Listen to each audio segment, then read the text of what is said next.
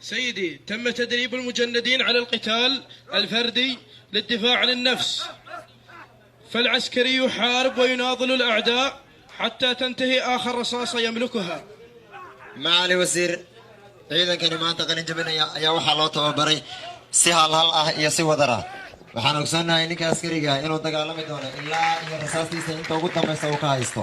haddii laakiin ay ka dhammaatay isagoo dagaal ku jira rasaastu, ma doonanayo rasaas ee wuxuu adeegsanayaa qaababkii kale ee loo soo tababaray si uu difaaca nafsadiisa. وعند انتهاء الذخائر يدافع عن نفسه بما أوتي من تدريب في القتال الشخصي. sidoo kale waqtiyada ay cadowga haysayaan markay ka dhammaatay rasaastu, ma doonanayo inuu rasaas doonte ee wuxuu adeegsanayaa tababaradiisii iyo xirfadihiisii uu soo qaatay intii uu ku jiray tababarka.